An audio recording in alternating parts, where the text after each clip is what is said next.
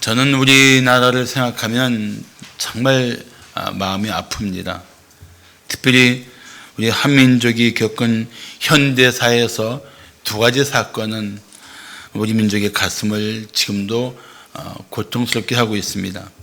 하나는 일본의 지배를 받았던 것이고, 또 하나는 6.25 전쟁을 통해서 우리 동족 간에 큰 상처를 입은 것입니다. 얼마나 상처가 크면 아직도 치유되지 않은 채 신음하고 있겠습니까? 어느 학자가 말한 것처럼 우리 민족의 정서에는 한이 많습니다. 그럴 수밖에 없는 것이 역사 속에서 겪은 아픔과 고통이 참 많기 때문입니다. 저도 6.25 때 태어나서 6.25 전쟁 후에 참 서러움 많은 노래를 들으면서 컸습니다. 한마는 미아리 고개, 꿈에 본 내 고향, 한마는 대동강아, 그런 노래들을 들으면서 참 아픔, 슬픔이 가득한 노래를 들으면서 컸던 것을 제가 기억합니다. 그래서 정말 우리 민족의 과거의 역사적 상처를 치료하고 국민의 마음을 힘있게 하는 정치가 필요한데, 현실은 그렇지도 않다는 것이 참 안타까운 일입니다. 그래서 저는 더욱이 교회가 바로 우리 민족을 치유하고 세상을 변화시키는 교회가 되어야 한다고 확신합니다.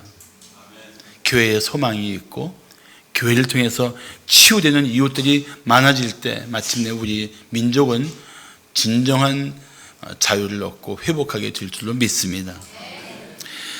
사실 1910년 8월 29일은 우리가 일본에게 강제로 합병되었던 때입니다. 그래서 그날을 우리는 경술련의 나라가 치욕을 겪었다고 해서 경술국치일이라고 합니다. 그렇게 나라의 주권을 뺏긴 채 36년간을 지냈습니다. 언어가 다르고 문화가 다르고 삶의 방식이 다른 그런 일본의 강압적인 힘에 짓눌려 살았던 세월이었습니다. 그러나 미국의 참전으로 일본은 패망하게 되었고 우리는 자유를 얻게 되었습니다. 그렇게 우리가 조국을 되찾았지만 우리는 역사의 소용돌이 속에서 끔찍한 분열을 맞이했습니다. 우리나라는 이승만 초대 대통령을 중심으로 자유민주주의 국가를 세웠고, 북한은 김일성을 중심으로 공산주의 국가를 세우게 된 것입니다. 그 결과가 어떻습니까? 우리는 자유민주주의 제도 안에서 자유를 누리고 있지만 북한 동포는 여전히 공산당의 폭력에 시달리고 있습니다. 우리는 마음껏 신앙생활을 하고 있지만 북한의 성도는 상상할 수 없는 고난과 핍박을 당하고 있습니다. 우리는 자유로운 삶으로 경제 부흥을 누리고 있지만 북한은 갈수록 경제적인 공경을 벗어나지 못하고 있습니다. 광복절이라고 하는데, 광복은 빛광자 다시 복자입니다. 빛을 다시 찾았다는 것입니다. 어둠의 권세를 벗어나 다시 빛 속에 나왔다는 것입니다. 이 빛을 찾은 기쁨, 조국을 되찾은 기쁨으로 우리는 얼마나 목 놓아 대한민국 만세를 불렀습니까? 대한 독립만세도 부르고. 그런데 정작 이 광복의 기쁨은 현재 두 동강난 상태입니다. 우리는 빛의 세계에 있지만 북한은 여전히 어둠의 세계 속에 있습니다. 우리는 진정한 광복의 기쁨을 누리고 있지만 북한은 또 다른 어둠의 세력에 사로잡혀 있습니다. 그곳에 우리 동포들이 있습니다. 그것에 우리가 똑같은 표정을 하고 똑같은 말을 쓰고 우리의 조상들이 같았던 우리 진정 사랑해야 할 이웃들이 그곳에 있습니다. 무심하기에는, 이젠 단절된 상태로 그냥 아무 일도 없었던 것처럼 지나치기에는 너무나 우리의 마음에 사랑해야 할 이웃들이 그곳에 있습니다. 그래서 저는 어느 때보다 민족의 진정한 광복을 위해 교회가 기도해야 할 때라고 생각합니다. 이런 민족의 실상을 보면서 저는 우리 신앙생활도 참 비슷하다라는 생각을 합니다. 예수를 믿으면 죄와 사망의 권세에서 자유를 얻습니다. 그런데 여전히 죄의 권세에 붙들려 살아가는 성도들도 있습니다. 죄의 유혹을 이기지 못한 채 죄에게 질질 끌려다니는 성도도 있습니다. 얼마나 안타까운 모습입니까? 반면에 죄의 권세를 이기신 십자가의 능력으로 죄를 이기는 성도도 있습니다. 때로 죄에 빠지기도 하지만 그래도 다시 죄의 어둠을 벗어나서 주님께 더 가까이 나가는 그런 순례자들도 있습니다. 물론 이 땅에서 완전한 성도는 없습니다. 그렇지만 우리는 예수의 능력을 힘입어 죄의 권세를 이길 수 있습니다. 사랑하는 성도 여러분, 저는 우리 성도들이 죄의 권세를 이기며 살기를 축복합니다. 그리고 모든 죄의 유혹을 이기며 살기를 축복합니다. 그렇다면 그래서 우리가 죄의 권세를 이기려면 어떻게 해야 할까요? 첫째, 자신을 죄에 대해 죽은 자같이 여겨야 합니다. 자신을 죄에 대해서 죽은 자같이 여겨라. 어떤 전도자가 여러분 죄의 짐을 지고 죄에 눌려 살지 마십시오 그랬더니 한 지나가던 청년이 빈정거리며 다가왔습니다. 난 아무 무게도 못 느끼겠는데요. 그래서 전도자가 말했습니다. 죽은 사람한테 1톤을 얹어 놓으면 무겁다고 치우라고 할까요? 안 하죠. 왜요? 죽어 있는데요. 당신이 죽어 있기 때문에 죄의 무게를 못 느끼는 겁니다. 그렇게 얘기했다는 겁니다. 자, 오늘 본문 6절을 보시면 우리가 알거니와 우리의 옛사람이 예수와 함께 십자가에 못 박힌 것은 죄의 몸이 죽어 우리가 죄에게 종노릇하지 아니하려 함이라고 말씀하고 있습니다. 성도가 예수를 믿었다는 것의 의미를 살피면 이런 뜻입니다.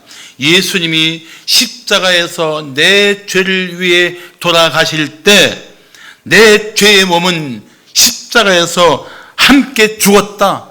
그리고 나는 더 이상 죄에게 종노릇하지 않는 자유를 얻었다. 이런 뜻이에요.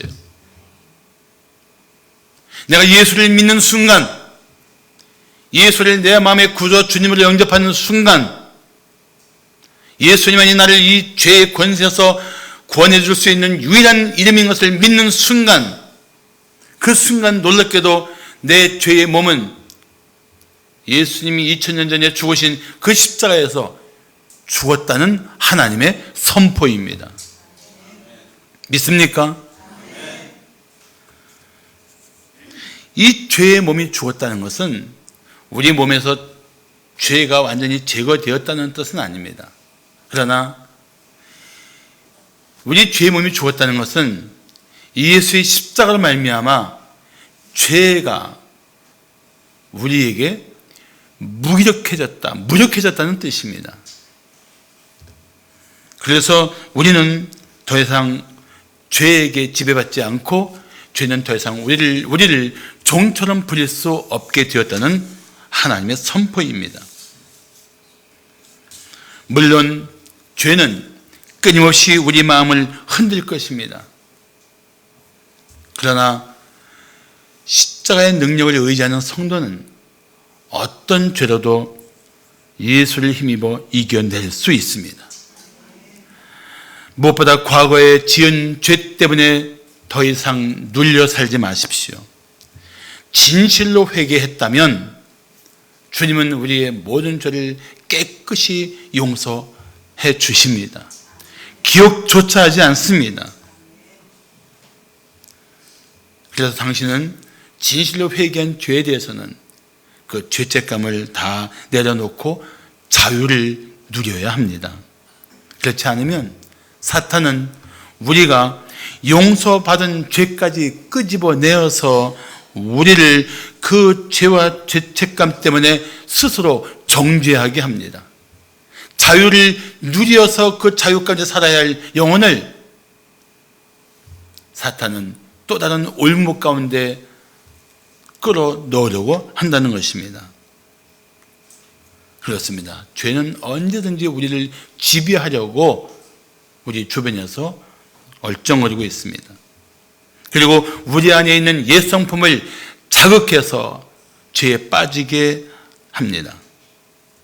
그렇지만 성도는 내가 십자가에서 예수님이 죽으실 때 내 죄의 몸이 죽었다고 확신해야 합니다. 선포해야 합니다. 내 죄의 몸은 죽었어. 나는 이제 새 생명을 받은 사람이야. 그 선포가 필요하단 말이죠. 우리가 십자가에서 죄의 몸은 죽고 의롭다함을 받은 사람인데 이제 그 의롭다함을 받은 사람답게 살아야 한다는 것입니다. 그래서 7절을 말씀하기를 이는 죽은 자가 죄에서 벗어나 의롭다 하심을 얻었다고 말씀하고 있는 것입니다. 잘 아시는 얘기지만 어거스틴이 예수를 믿은 후에 길을 걷다가 전에 방탕할 때 사귀던 여자를 만났습니다. 그 여자가 반색을 하며 다가왔습니다. 어거스틴, 나예요. 나란 말이에요. 그때 어거스틴은 눈길도 주지 않고 이렇게 말하였다고 합니다. 너는 너지만 나는 이전의 내가 아니야. 그리고 그냥 가던 길로 갔다고 합니다. 그것이 바로 죄에 대해 죽은 것처럼 살아가는 자세인 것입니다. 죄가 다가올 때, 또 다른 죄가 내 주변을 향하여 미혹하며 다가올 때 나는 그 죄를 지을 수 없는 그 죄에 대해서는 죽은 사람이야 라는 마음의 선포가 필요하다는 것입니다. 이것은 최면이 아닙니다. 이것은 십자가에서 이루어진 엄연한 사실을 믿기 때문에 가능한 것입니다. 그렇습니다. 예수님은 우리 죄를 위해 죽으셨고 죄에 대해서 죽으셨습니다. 그러므로 예수님은 죄의 권세를 깨뜨리시고 우리를 죄에서 건져 주십니다. 그런 은혜를 입은 우리가 어처구니 없이 죄에 끌려 살 수는 없지 않겠습니까? 그래서 10절 말씀하기를 그가 죽으심은 예수님이 죽으심은 죄에 대하여 단번에 죽으심이요 그가 살아계심은 하나님께 대하여 살아계심이라고 말씀하고 있습니다. 예수님은 죄에 대해서 단번에 돌아가셨습니다. 그리고 그 안에서 믿는 자들은 영원히 살아있는 자로 일으켜 주셨다는 것입니다. 자, 그래서 오늘 11절 보시면 우리 다 함께 11절 봉독해 볼까요? 시작. 이와 같이 너희도 자신을 죄에 대하여는 죽은 자요 그리스도 예수 안에서 하나님께 대하여는 살아있는 자로 여길지어다. 아멘. 자, 이걸 보세요. 너희는 누굽니까? 로마에 있는 교인들이에요. 성도들 말합니다. 성도는 어떤 존재냐? 죄에 대하여는 죽은 자요 하나님에 대해서는 살아있는 자가 성도예요. 그렇다면 세상 사람은 어떨까요? 세상 사람은 예수 안 믿는 사람은 어떨까요? 예수 믿는 사람은 반대예요. 죄에 대해서는 살아있는 자요 하나님에 대해서는 죽은 자가 세상 사람들입니다. 굉장한 차이예요. 이거는 엄청난 차이를 가지고 있습니다. 그래서 여기 11절에서 여기다라는 단어는 주목할 단어입니다. 여길지어다, 여기다. 이거는 성도가 하나님의 말씀을 자신의 삶 속에서 실제적인 것으로 믿는 것입니다. 이 말씀은 내 삶의 실제적인 것이다. 그래, 난 죄에 대해서 죽었어. 그래, 나는 이제 하나님께 대해서 살아있는 자야. 이것이 성도들 마음속에서 분명하게 새겨질 때 그때 우리는 죄에 대해서는 죽은 자처럼 하나님께 대해서는 살아있는 자처럼 살아가게 되는 것입니다. 그래서 이렇게 생각하십시오. 나는 이 죄를 지을 수가 없어. 나는 죽었어. 그러나 하나님을 위해 살게 하셨으니 내가 하나님을 위해서 최선을 다해 살아야 돼. 이게 바로 11절 말씀을 가슴에 품은 성도들의 결단이 되어야 합니다. 그럴 때 당신은 죄를 이길 것입니다. 자, 죄의 권세를 이기려면 어떻게 해야 할까요? 둘째, 자신을 의의 무기로 하나님께 드려야 합니다. 죄를 이기려면 어떻게 해야 된다고요?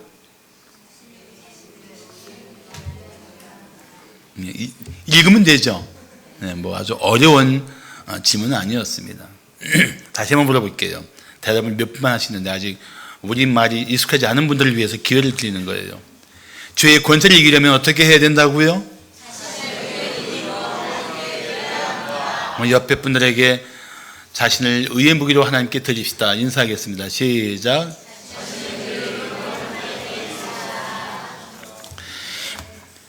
미국의 전 대통령인 켈빈 쿨리지가 주일 예배 다녀왔는데 마침 사정이 있어 함께 예배하지 못한 그의 아내가 물었습니다. 여보, 목사님의 설교가 어땠어요? 쿨리지는 대답했습니다. 죄에 대해서 설교하셨어. 아내가 좀 더 설명해 줘요 하고 부탁했습니다. 그러자 아내와 별로 많은 말을 하지 않았다고 유명했던 쿨리지 대통령이 이렇게 대답했다고 합니다. 목사님이 죄에 대해서 반대했던 것 같아. 당연하죠. 죄에 대해서 반대해야죠. 왜냐하면 하나님이 우리의 죄를 미워하시기 때문입니다. 왜냐하면 하나님이 우리가 거룩한 삶을 살기를 원하시기 때문입니다.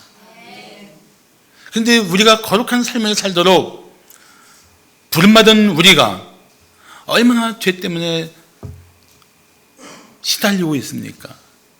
그래서 닐 스트레이트 박사는 이런 말을 했습니다. 죄는 영혼의 정원사로 절대 적합하지 않다. 죄는 아름다운 것을 못생긴 것이 될 때까지, 높은 모든 것이 낮은 것이 될 때까지, 유망한 것이 쓰레기가 될 때까지 영혼을 파괴한다. 그리고 나면 인생은 바짝 마르고 황폐한 사막과 같아진다. 죄는 파괴적인 것이다. 그것은 무덤이다.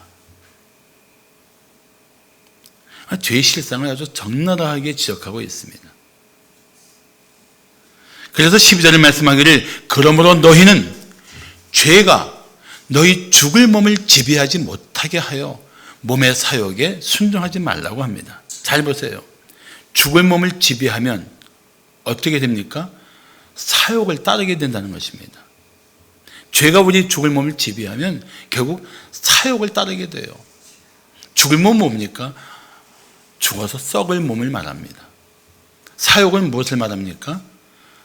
영어를 보면은 evil desire, 사악한 욕망이라고 되어 있어요. 죄가 우리 마음을 지배하면 결국 사악한 욕망을 따라 살 수밖에 없다는 것입니다. 그래서 우리가 죄를 경계해야 마땅하지 않겠습니까? 다시 말하면 이런 뜻이에요. 너희는 죄가 너희 죽을 몸을 계속해서 지배하지 못하게 하라. 우리 연약함 때문에 잠시 죄에 빠질 수는 있지만 그래도 그 죄의 지배를 벗어나야만이 악한 욕망대로 살지 않게 될 것이다. 그런 뜻이에요. 그런데도 불구하고 사람들이 죄가 자신을 파멸하고 자신을 무너뜨릴 걸 뻔히 알면서도 불로 뛰어드는 불나방처럼 그렇게 자신의 삶을 던지는 인생들이 있다는 것이 얼마나 가슴 아픈 일입니까? 순간의 욕망을 이기지 못하고 죄에 빠져드는 사람이 얼마나 많아요. 순간의 격한 감정을 이기지 못하고 서슴지 않고 무서운 죄를 짓는 사람들이 얼마나 많습니까? 어떻게 사람이 저렇게 잔인해질 수 있는가? 잔인해질 수 있어요. 죄에 빠지면, 사악한 욕망에 빠지면 사람은 얼마든지 잔인해질 수 있어요. 그러니까 죄를 지는 아주 끔찍한 죄를 지은 사람들 그 주변의 이웃들한테 물어보면 이렇게 답하는 걸 많이 듣습니다. 참 평범한 청년이었는데요, 그럴 사람이 아니었는데요, 착한 이웃이었는데요, 그런 말을 하는 거예요.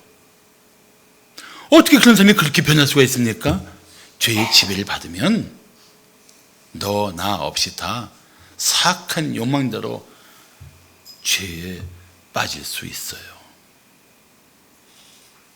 그래서 성도들은 항상 죄가 우리 몸을 지배하지 못하도록 깨어 있어야 됩니다. 죄와 맞서 싸워야 돼요. 어영부영하다가 죄에 지배받지 않도록 정신 바짝 차려야 돼요.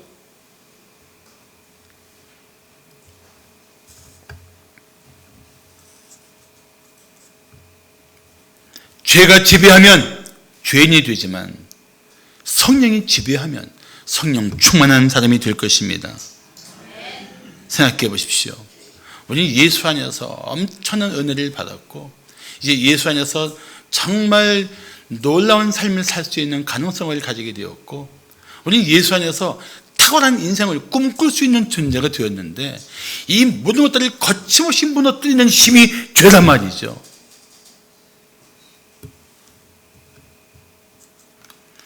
그렇게 예수 안에서 구원의 은혜를 입은 우리가 죄 때문에 삶을 낭비하고 가치 있는 삶을 허접하게 살면 되겠느냐는 것입니다. 그럴 수 없다는 것입니다. 그래서는 안 된다는 것입니다. 그럼 어떻게 해야 될까요? 13절이 그 답을 말씀하고 있습니다. 또한 너희 지체를 불의의 무기로 죄에게 내주지 말고 오직 너희 자신을 죽은 자 가운데서 다시 살아난 자 같이 하나님께 드리며 너희 지체를 의의 무기로 하나님께 드리라. 자, 이 말씀을 보세요. 딱 둘이에요. 너희 지체를 불의의 무기로 죄에게 내줄 것이냐 아니면 너희 지체를 의의 무기로 하나님께 드릴 것이냐, 어떻게 할 것인가 결단해야 됩니다. 우리 앞에 늘 그런 선택이 있는 거예요. 근데 주저하지 마세요. 강력하게 단호하게 결정하세요. 난 이 순간 내 삶을, 내 생명을, 내 몸을, 내 모든 것을 의의 무기로 하나님께 드리겠다, 이 결단을 하고 세상과 맞서라는 말입니다. 만약에 제가 하는 말이 여러분 마음에 동의가 되면 한번 아멘 크게 해보세요. 다시 묻습니다. 당신은 당신의 지체를 의의 무기로 하나님께 드리기 원하십니까? 할렐루야. 그게 우리의 결단이 되어야 돼요. 그래야 죄의 권세를 이길 것입니다. 그래야 죄에게 승리할 것입니다. 그래야 하나님의 사람답게 살 수가 있어요.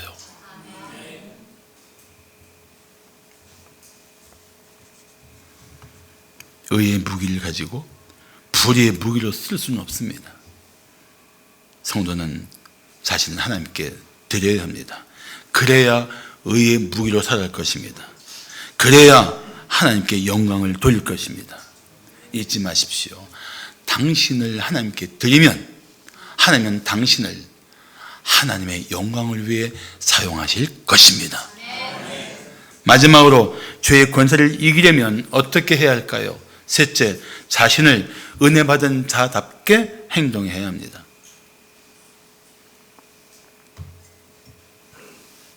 어느 교회에서 주일학교 교사가 아이들에게 물었습니다. 여러분, 죄는 어떤 것일까요? 한 아이가 얼른 손을 들고 대답합니다. 죄는요, 재미는 있지만 하면은 안 되는 거예요.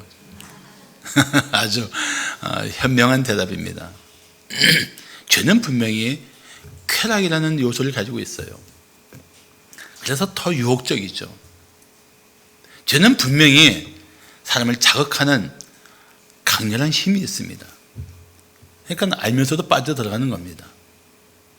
그런데 우리가 어떤 사람들입니까?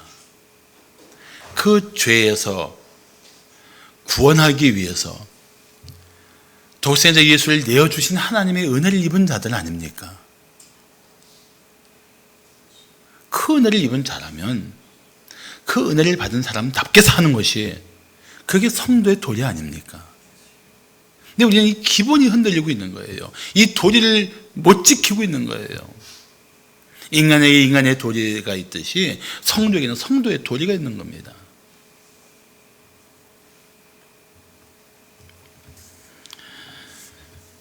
그래서 하나님의 은혜를 욕되게 하는 말들, 행동 중에 어떤 것이 있냐면은 죄를 계속 지면서도 하나님이 내 죄를 용서해 주실 거야, 이러한 태도는 정말 하나님을 욕되게 하는 것이고 그 은혜를 욕되게 하는 것입니다.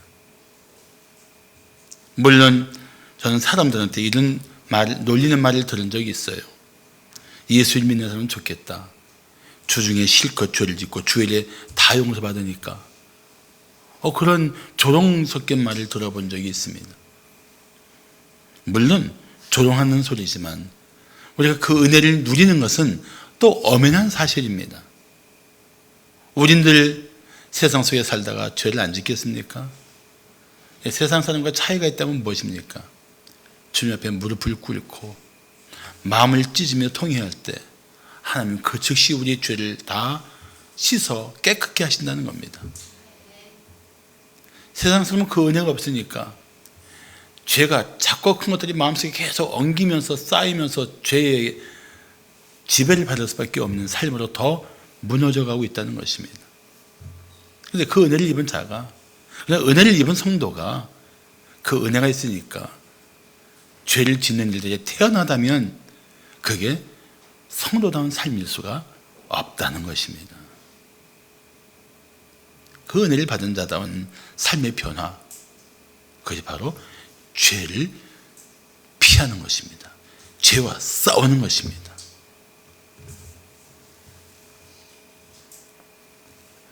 오늘 14절을 보시면 죄가 너희를 주장하지 못하리니 이는 너희가 법 아래에 있지 아니하고 은혜 아래에 있음이라고 말씀합니다. 법, 율법은 목적이 죄를 깨닫게 하는 것입니다. 도둑질 하지 말라, 율법이 있으니까 도둑질이 죄구나 하고 아는 거예요. 군대 갔더니 남의 거 훔쳐오면서 이렇게 말합니다. 위치 이동한 거야. 죄가 아니라는 거예요. 얼마나 숟갈을 훔쳐가는지 나중에 숟갈을 줄에 이렇게 걸어서 허리띠에 묶고 다녔어요. 그런 의식들이 우리 속에 있으면 죄에 대한 경각심이 없어져요. 율법은 죄를 깨닫게 하는 게 목적입니다. 그래서 로마서 7장 7절을 말씀하기를 그런즉 우리가 무슨 말을 하리요? 율법이 죄냐? 그럴 수 없느니라. 율법으로 말미암지 않고는 내가 죄를 알지 못하였다고 말씀합니다. 율법은 죄를 깨닫게 하는 거예요. 그래서 율법은 죄를 지적하는 권세가 있지만 율법은 절대 죄를 이기고 죄로부터 자유케 하는 능력은 없습니다. 죄로부터 우리를 자유케 하는 것, 그건 오직 하나님의 은혜로만 가능합니다. 그래서 그 은혜를 입은 자들이, 그런 은혜를 입은 성도들이 주일날 주님 앞에 나와서 예배하는 것입니다. 주일은 엄격히 말하면 예수님이 죄와 사망의 권세를 이기시고 부활하신 날을 기념하여 우리가 지키는 것입니다. 그래서 우리는 이 주일날 하나님의 영광스러운 임재와 부활의 능력을 힘입어 주 앞에 나오는 날이 주일입니다. 예배를 통해서 우리는 하나님의 영광을 보게 되고,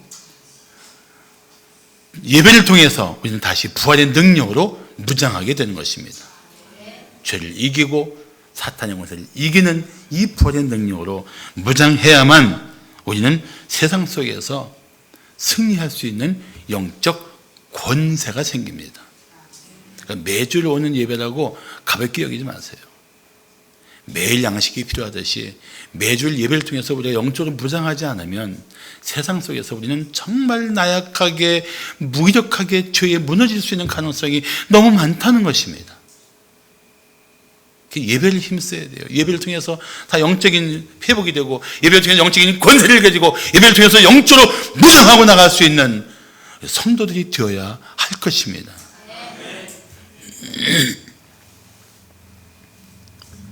이제 만약에 당신 앞에 죄의 어둠과 의의 빛 사이에서 결정할 일이 있다면 더 이상 머뭇거리지 말고 의의 빛을 택하시고 은혜 받은 자다운 삶을 결단하십시오. 갈멜산에서 엘리야는 그 백성들을 향해서 이렇게 부르짖었습니다. 너희가 어느 때까지 둘 사이에서 머뭇하려느냐. 여호와가 만일 하나님이면 그를 따르고 바알이 만일 하나님이면 그를 따르라. 그런데 백성들이 아무도 대답하지 않았어요. 여전히 머뭇거리고 있었던 겁니다. 우리는 대답해야 합니다. 하나님만이 나의 하나님이십니다. 나는 그분을 따르겠습니다. 그 은혜에 합당한 삶을 살겠습니다. 이것이 우리 성도들의 결단이 될 줄로 믿습니다. 할렐루야. 그렇지 않으면 우리는 참 비겁한 자들입니다. 여전히 어떤 것이 내게 유리한가를 따진다면 세속적인 것입니다. 성도는 날마다 성령의 도우심을 힘입어서 죄의 욕망을 이겨내야 합니다. 그것이 하나님의 은혜를 받은 자가 마땅히 구해야 할 것입니다. 그래서 갈라디아서 5장 16절 말씀하기를 내가 이르노니 너희는 성령을 따라 행하라. 그리하면 육체의 욕심을 이루지 아니하리라고 말씀하고 있습니다. 사랑하는 성도 여러분, 성령을 따라 행하십시오. 육체의 욕심을 이기고 은혜 받은 자답게 살게 될 것입니다. 죄를 이길 것입니다.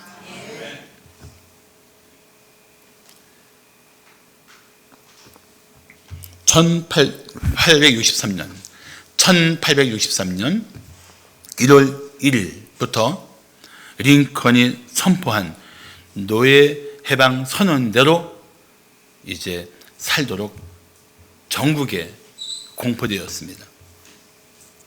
그리고 이제 1863년 1월 1일부터는 모든 노예들은 자유인이 되었다고 이제 선포한 것입니다.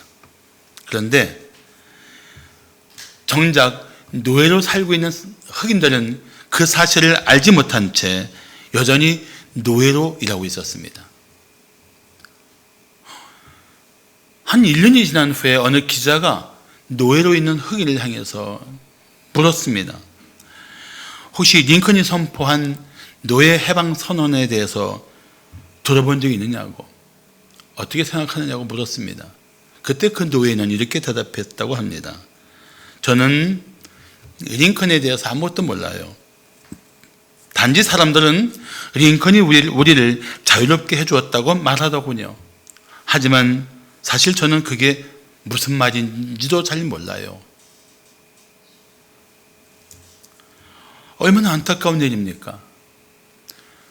자유인이 되었는데도 불구하고 본인이 자유인인 줄 모르는 채 여전히 노예처럼 살고 있었던 것입니다.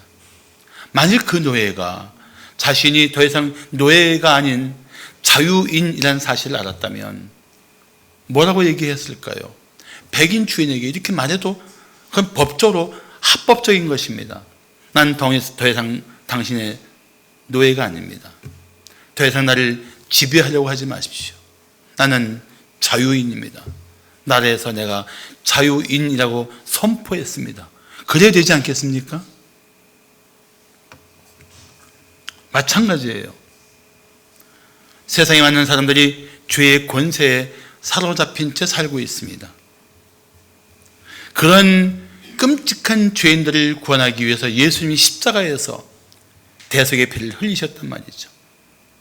우리의 죄의 몸은 죽고 하나님을 향해서 의로운 생명으로 다시 살아나도록 그분은 십자가에서 죽으시고 부활하셨다는 엄연한 사실입니다.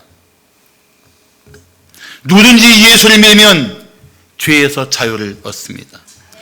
누구든지 예수를 믿으면 사탄의 권세에서 자유를 얻습니다. 그런데 그 은혜를 깨닫지 못한 채 살고 있는 이웃들이 많다는 것입니다.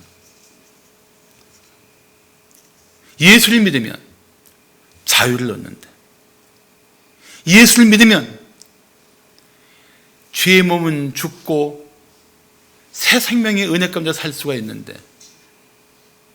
그 예수를 믿지 않는 상태로 죄의 노예로 살고 있다는 것입니다. 그러면 먼저 자유를 얻은 우리는, 먼저 그 은혜를 입은 우리는 어떻게 해야 할까요?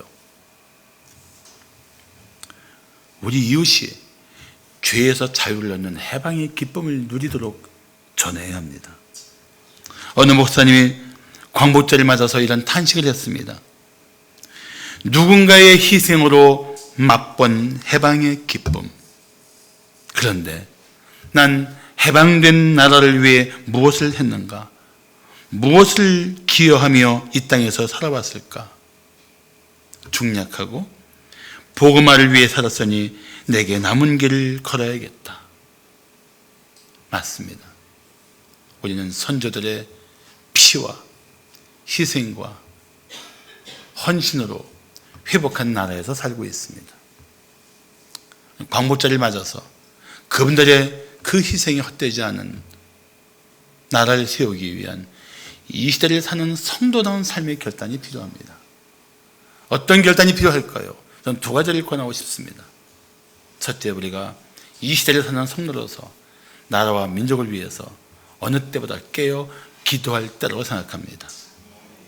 또 한 가지는 우리 이웃들이 죄에서 자유를 얻도록 해방의 복음을 전해야 합니다. 이 두 가지가 광복절을 맞아서 우리가 손들어서 결단해야 할 일이라고 확신합니다. 그래서 우리는 죄의 권세를 이기며 승리의 노래를 부를 뿐 아니라 우리를 통해서 이웃들이 마침내 죄의 권세로부터 자유를 얻고 하나님을 향하여 살아있는 생명으로 일어설 수 있다면 그것은 우리 조국의 미래를 새롭게 열어가는 놀라운 일이 될 것입니다. 기도하시겠습니다.